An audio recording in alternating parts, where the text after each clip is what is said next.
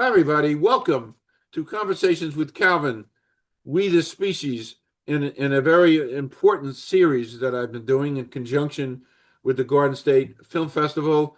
I've spent this past week and next week interviewing actors, actresses, directors, filmmakers, composers, screenwriters.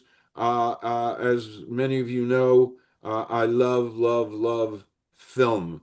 It is the most remarkable medium, and film has actually completely changed my whole life around. As many of you know, I've written books about it. Watching Casablanca, uh, uh, uh, and that changed my whole life around. And I wrote a novel based on that. So I love film, and I'm hugely honored today to be with LUCA CASERTA, who's actually in Verona as we speak. Yeah. Right, he's in Verona, Italy, not Verona, New Jersey. We have a Verona, New Jersey, by the way. Yeah, nice place. It's a nice place. As many of you know, I worked for an Italian company for 25 years.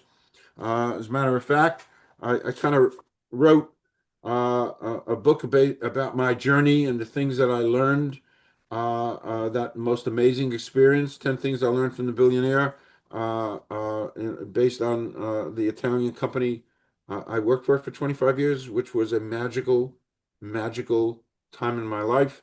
But when I'm with Luca Caserta today, talk about bonding. We'll get to this. One of we'll talk about this movie 2001, what it did for me and what it did for Luca.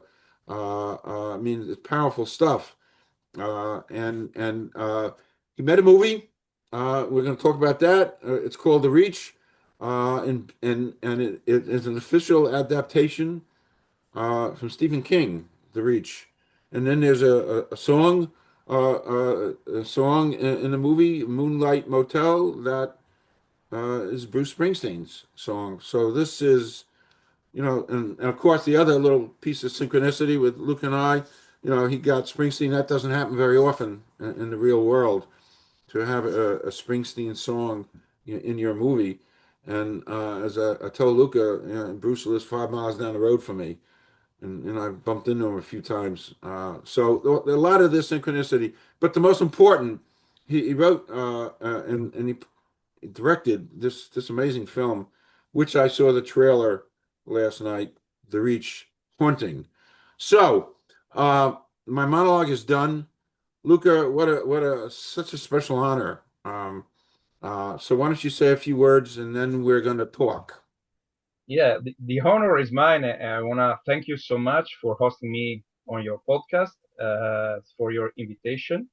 And I'm truly happy to be in connection with your audience and to talk about filmmaking, Stephen King, Bruce Springsteen, Stanley Kubrick, and all the stuff you want to ask me. Perfect. I'm really happy to be here. Perfect, perfect, perfect. So your film is an official Stephen King adaptation, and he actually personally wrote to you and called it a lovely piece of work, which is a wow. I mean, it's a wow. So how did you handle? I mean, how did you handle the pressure of adapting a master of horror like Stephen King, and what did you feel like when you got this amazing praise from Stephen King? Okay, so this is an official Dollar Baby film, and I'm truly honored to have the opportunity to adapt it for the screen, and I was so excited to have the rights to have this opportunity, and but it was a real difficult thing to handle because Stephen King is a legend in the literature and in the pop culture and in the culture in general. So I was really excited, but also I was really aware of the importance of this adaptation. So I did all I could to make an adaptation that could be um, near to the core of the original short story, which is by the same name, The Reach. but also with my own voice, my style, my vision, and so I adapted it and changed something. I did a lot of adaptation, and there's a huge responsibility to make these changes to the story. But I need also to do this because the story is set on an isle along the coast of Maine, on a little isle with a small community, but I shot it in Italy, in between Verona, the Lido of Venice, and the Lessini Mountains, which are above Verona. So I have to adapt it to the Italian setting. But I tried to merge as possible the two cultures, the Italian one and the American one, as possible, as I said. But so I found a sort of known place in which give life to these characters that Stephen King superbly depicted. And it was a really tough work because I had some snow machines, and one of the final scene, I was lucky enough to have a suddenly unexpected snowfall on the mountains above Verona, and I went with a small crew, and I shot the scene with the actress who almost died because it was really, really, really cold. And I did a lot of takes, but I'm joking. But it was really cold. And then the other part of the movie was shot in the late spring, and so I had to fake the weather conditions to be consistent with the setting of the film, Right. which is in the harshest winter of the last 50 years. So I had to fake the weather condition and to make some fake snow with some snow machines, and also to add something in post-production with the VFX. But it was an incredible journey. It took me 9 months between since the writing it, pre-producing, producing, and post-producing it. I had a really precise deadline because I had 1 year to complete the film. And so then when I finished it, I sent it to Mr. Stephen King, and I was already happy with what I have done. And some days after, I saw a mail in my mailbox from Steve King, who said, "Thank you so much, congratulations, it's a lovely piece of work." And this was really wow, rewarding. It was I really worked hard for this film. I put all my soul, all my heart in it, all my and all everything. And this was really rewarding to have this blessing from the author of the original story, who is a person I admire since I was a kid.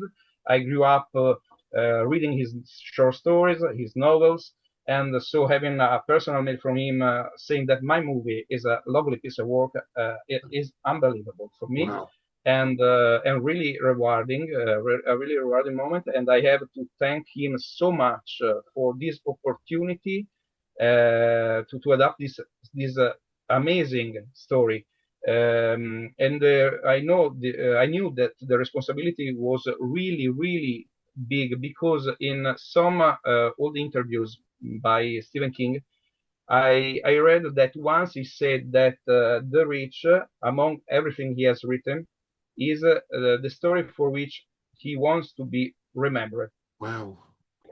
And Wow. so the responsibility was huge. And I approached to the story, to the adaptation, with a great respect for him, for his work, and also for this statement, because I knew that this story meant a lot to him, but the story also means a lot to me because it speaks about themes that are universal for the human being since the night of time. Mm. Yeah. Wow. I can slightly feel when you get that kind of acknowledgement from up here, it's a piece of energy that'll be with you forever. Yeah, And that's true. that, That's true. that lovely piece of work will be with you forever inside your soul. Yeah, And everything you do, that recognition and acknowledgement. I know, and sometimes, I got a nice award for my book, the Kirkus Store, which is a huge honor, and that's with me. I can understand that's with me every day of my life because I got it, and so I can understand that. Uh, it's a wow. Um, so, next question, which kind of follows. What drove you to this specific Stephen King story to tell and adapt? And what was it about this story that captured your imagination? yeah.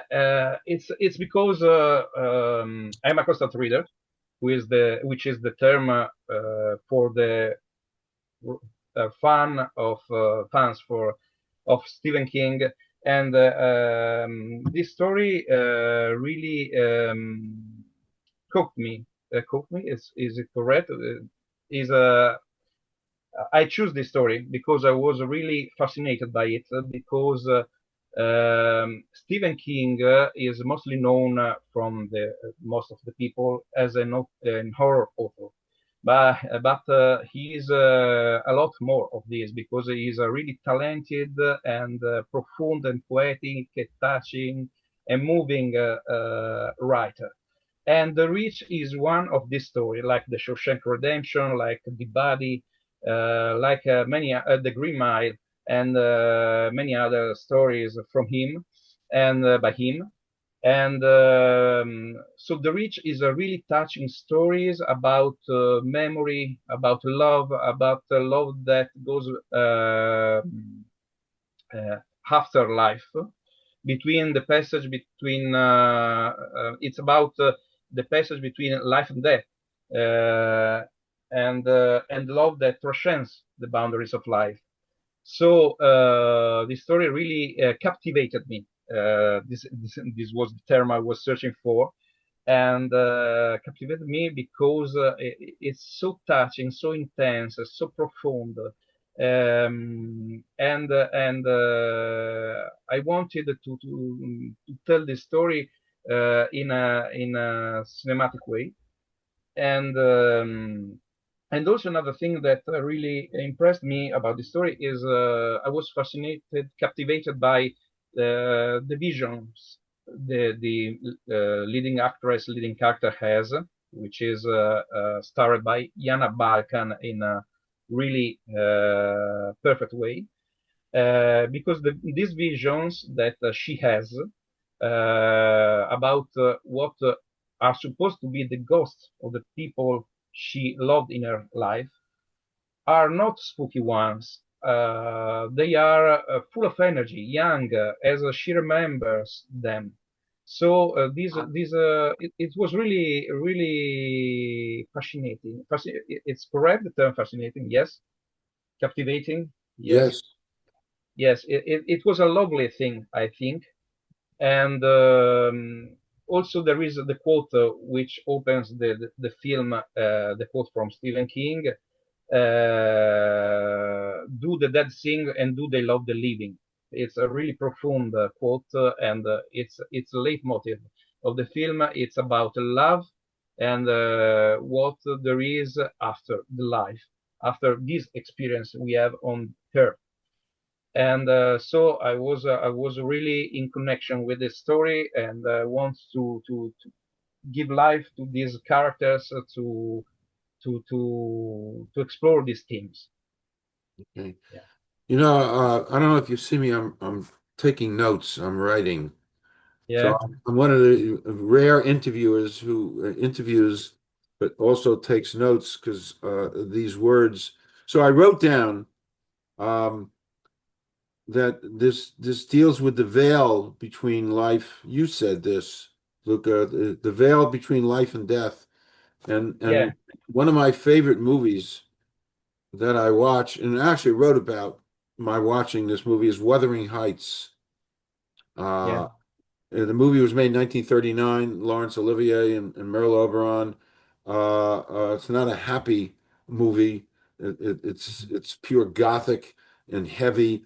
But that also discusses and actually, in some of the words in that movie, almost verbatim, the woman, one of the women talks about who's doing some of the narrating, talks about the veil between life and death. So it's a wonderful theme that it's a modern day wonderful theme which you explore in this movie. Um, so um, so that's why if you see me writing, it's okay. I want to remember all yeah, this. yeah, Yes. yes, yes, So it's also and I know because this is Springsteen country here, and yeah, I know all about that, and because he's down the road. It's incredible that the film features an original track from Bruce Springsteen, Moonlight Motel.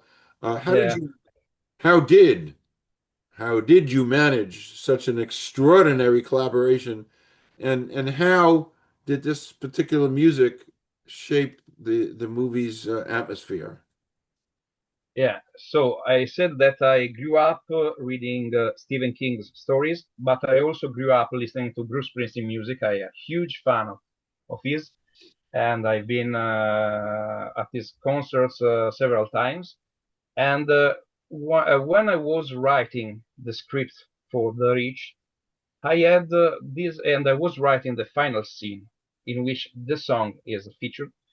um, I had this intuition, I think, because I was right, and I had like a spark in my head, and I said, "Here goes Moonlight Motel by Bruce. It would be great to have Moonlight Motel." Then I thought about it, why I had this spark, and I realized that the song is about memory, is about love, is about what remains about love, is about nostalgia, and it fits perfectly with the themes of the movie. So I thought about it, and I said, how can I get this music from Sony, from Bruce Springsteen? He's a huge legend, like Stephen King. He's a huge legend, and I also thought, but if I don't try, it's already known. If I try to get it, uh, there is a possibility. So I tried to find the contacts with Sony Music. It took me a lot of months of work networking. Then finally I get in touch with Sony Italy, and we start to talk about it, and they were interested in the project, and so we finally um, they asked me a lot of things about the project, of course, about the script, about the other music, the original music, about who I was, and they checked everything, of course, because it's a really important thing that I asked. And so they checked everything about the project. They wanted to see working copy of the film before it was color graded, and with the song already synchronized on the timeline at the exact time code. And then finally, Sony Italy told me that it was okay for them, but that we had also to wait for the yes from Sony USA, and of course from the artist. And so I waited, full of hope. And finally, when I was going to the final mix, I had the yes from the USA, from Bruce Springsteen, and I was, you can imagine, because it was so I'm a fan of Stephen King. I grew up with reading his stories and listening to Bruce Springsteen music. This is a dream coming true for me. And but it was also a really demanding work about copyright, producing. So I'm talking as a fan with, who is full of happiness for this result, but also as a producer, it was really really tough to have this right. And everything was happy. I kept secret it until I was sure at 100%. And then I told it to all my collaborators, and they were all excited about it. And I have to say a huge thank you to Sony Music, to everyone at Sony Music, and of course to Bruce Springsteen for this huge collaboration and this opportunity. And also for I want to thank so much Stephen King and Bruce Springsteen for all the inspiration they gave throughout all my life.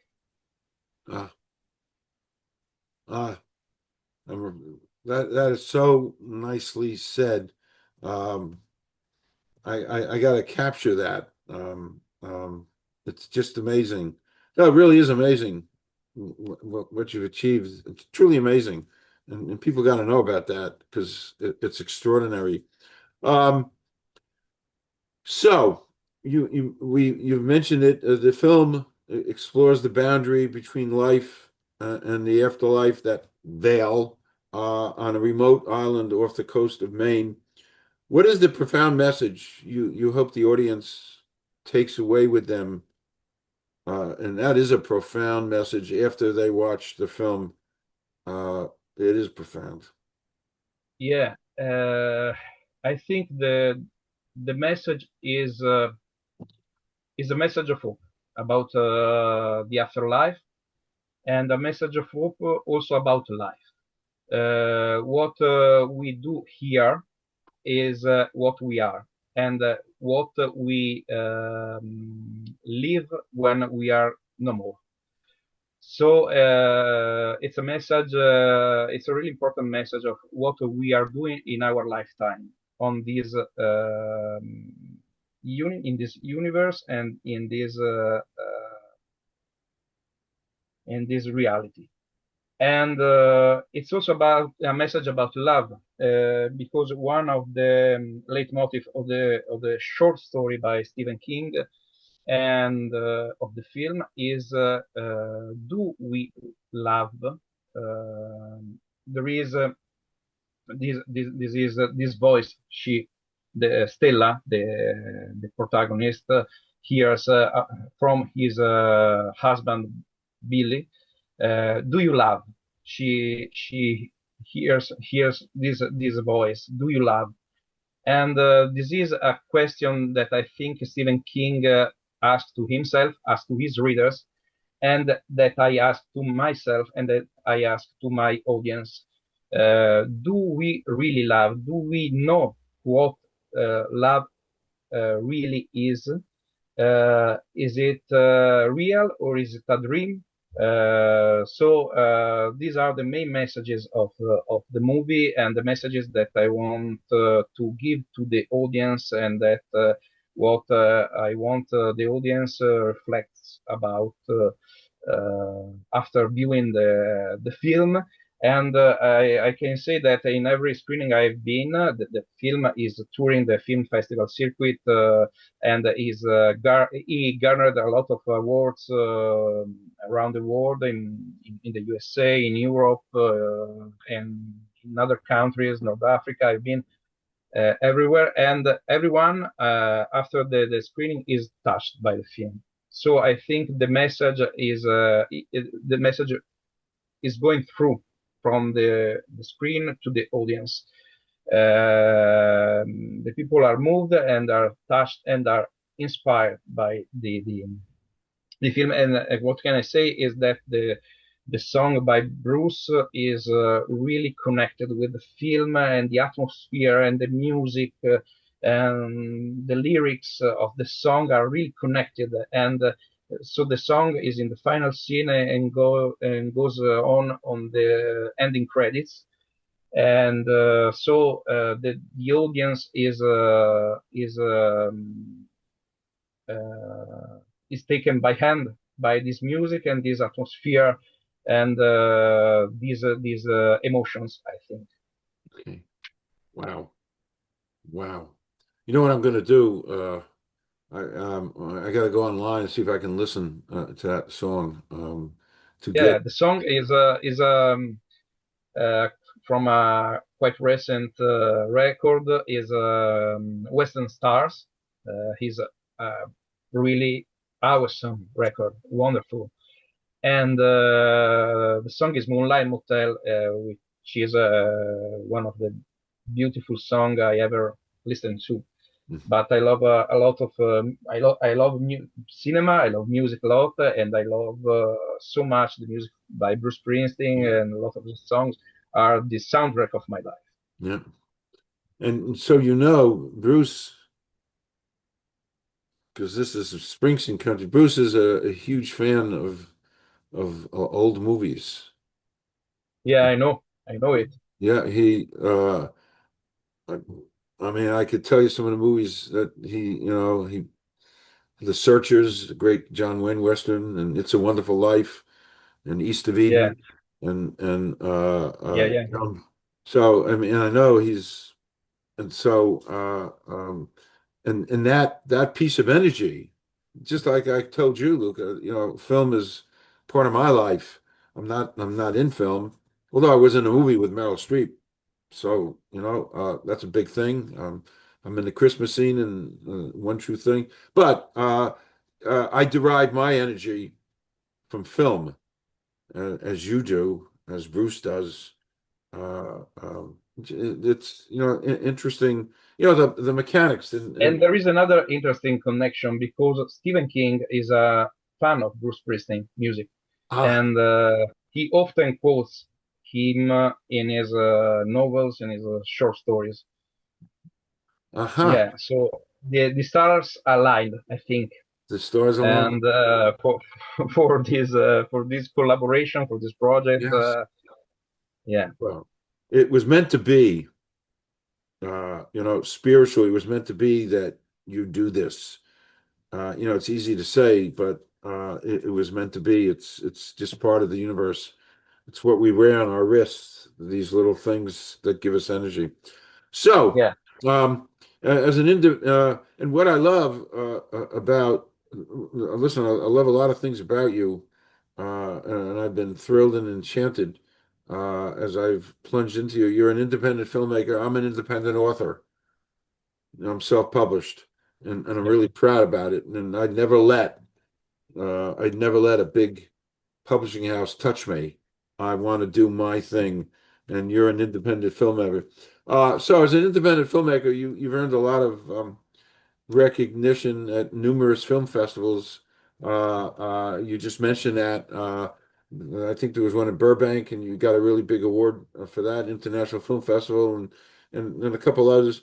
Uh, what do you find is the biggest challenge because you're making such wonderful quality, high quality cinema. What's one of the biggest challenges you as an independent filmmaker face today being independent? It's I can someone one can could say one of the difficulties is about the budget, but being independent doesn't necessarily doesn't means you have no budget. Being independent is also a state of mind.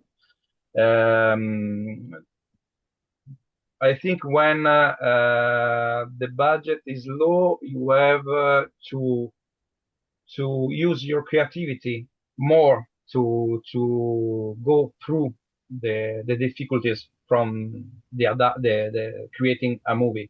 So I think that a low budget is not the limit for an independent filmmaker, but it can be fuel for imagination.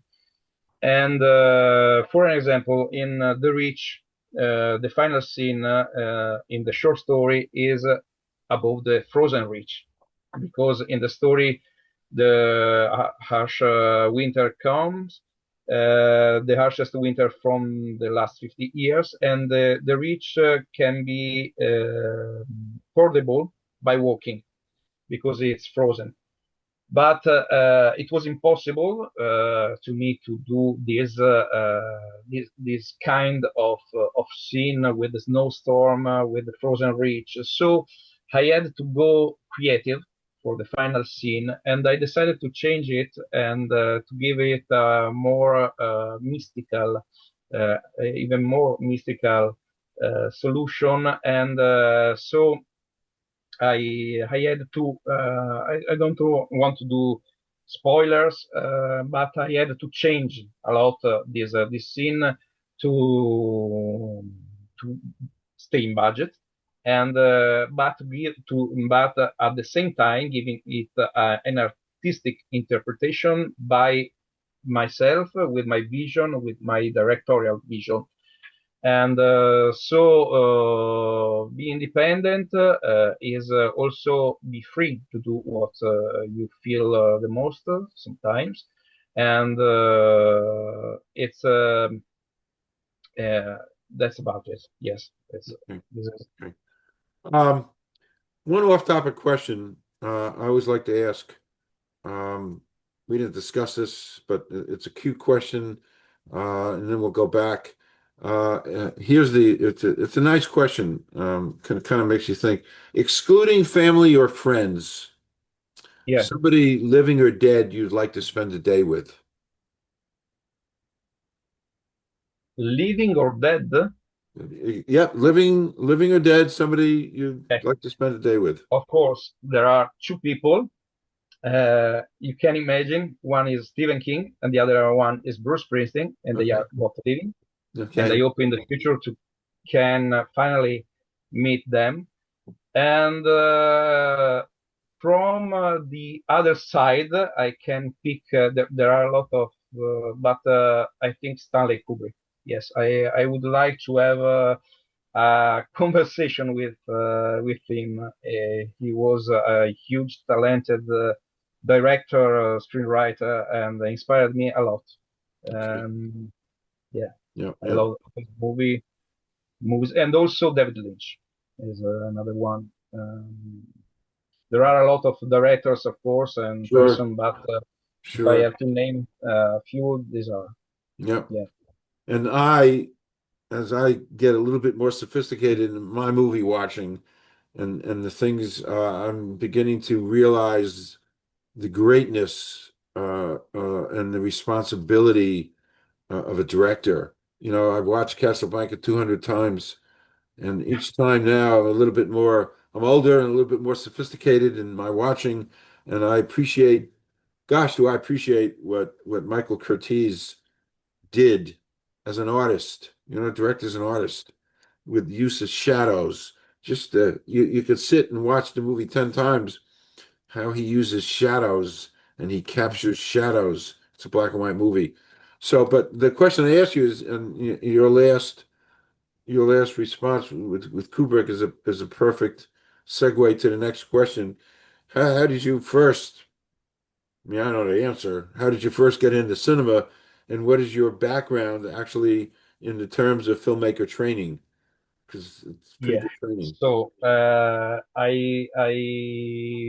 love cinema since I was a kid. I can remember maybe the one of the first movies I saw movie, were um, I think Bambi from Disney, E.T. from Sure, Spielberg, sure. uh, the Gremlins also. My parents were so scared that I was attracted by the Gremlins movie.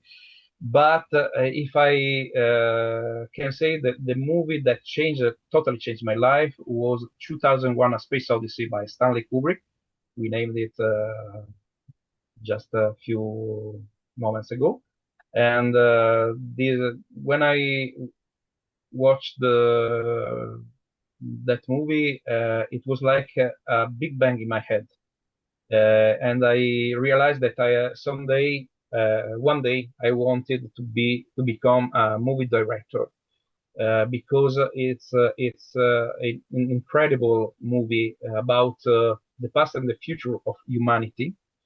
I'm really connected with this subject because I've also got a master's degree in prehistoric archaeology from the University of Verona, and I studied these subjects, and so I'm really connected with the past of humanity, the future of humanity, with our journey as a human beings.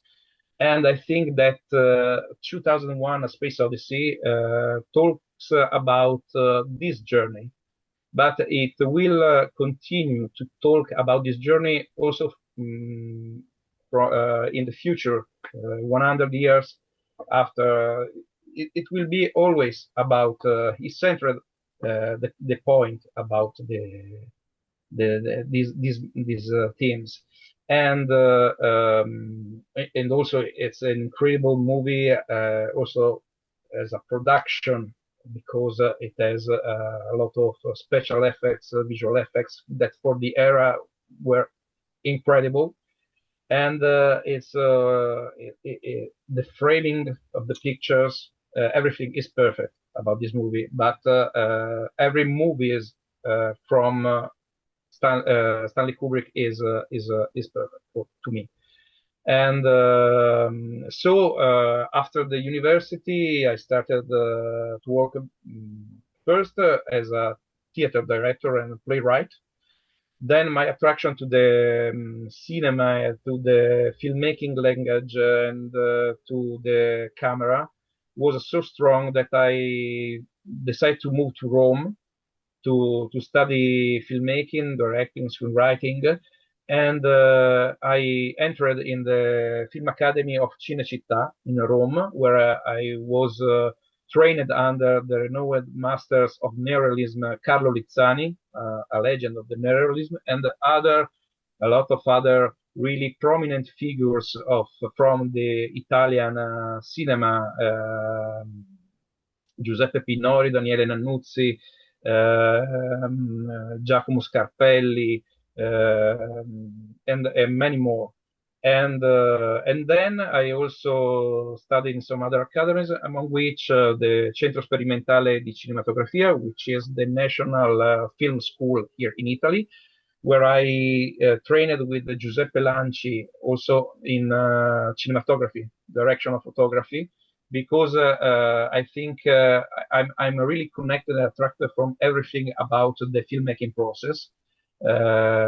Sometimes I've been also cinematographer of my movies. I'm editor of some of my movies. I'm editor of The Rich, and I'm also aware that a movie director must know everything about the filmmaking process and the machine behind a movie to make a movie. Because you must know the syntax, you must know the language, you have to deal with a lot of figures on the set, with the DOP, with the soundman, with in post-production. So you must have a clear vision of and a complete vision of the filmmaking process. It's like the film Matrix with Keanu Reeves. Do you know? When they see the matrix behind the image. And I think a director must do this. He has to see the matrix behind the movie he's directing, and also he's watching. Yeah. So this is my Yes. training. Yeah, I learned a lot from these masters. I also worked with Ugo De Rossi, who is a legendary editor who worked with Fellini wow. and with Pasolini and other really important Italian directors. And he supervised the editing of my short film Inside the Mirror, Okay. which is the short film I graduated with at the Film Academy of Cinecittà. Okay. Wow. When we started to correspond and you sent me that first note and you talked about Kubrick, And I mentioned to you then that I have this also a love of Stanley Kubrick and also a love of 2001. And I interview people all week long, and in one way or another, we talk about AI because Yeah, that's a new world. It's part of our world, yeah, and nobody even has a clue what it's going to look like next year, or yeah, maybe next week. Uh, yeah. I it's can't imagine in next 10 years. Yeah, I mean, when I grew Yeah, up in the 60s, people used to say, the world's going to change every 10 years. And now I joke the world is changing every 15 minutes. yeah, It really is. So, that's right. but the thing that got me with Kubrick and the story he told and Arthur Clarke, we talked about this before we went on air, is uh, in the scene in 2001. I ain't giving nothing away, but the computer on the spaceship Yeah, decides it wants to take over the spaceship. The computer's name yeah, is Hal, and yeah, and now you have the first documented history of man and machine battling, uh, yeah. uh, and that back. Well, I didn't really understand it then when I saw it back in the 60s. I didn't understand it today. I really understand it because we're battling a machine. Uh, um, Yeah. I mean, it's a battle, and so we both have that Stanley Kubrick connection in 2001. That's powerful stuff. And Springsteen. So you and I guess we're paisans, you know. Um, uh, Poisons. yes, I think we are. Certainly in theater and film and journey, because a Yeah. lot of your elements are my elements, and you create film, I create books and stories and stuff. Anyway, the last thing I wanted to ask you, Luca, I could talk to you. We could talk for hours, and maybe someday we'll come back and we'll talk some more. I would love that. I Um, love it. I what love it. does and I like this question. What does filmmaking mean to you personally? It's powerful.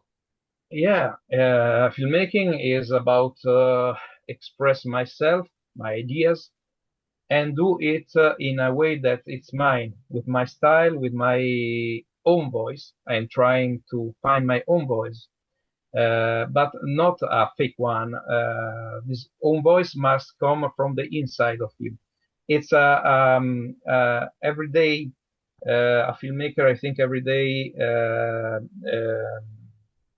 must improve his craft reading, watching things, watching movies, watching the news, listening to the news, watching people on the street, on the buses, and it's about express your voice and do it in your personal way, your personal style, and to experiment with the filmmaking language.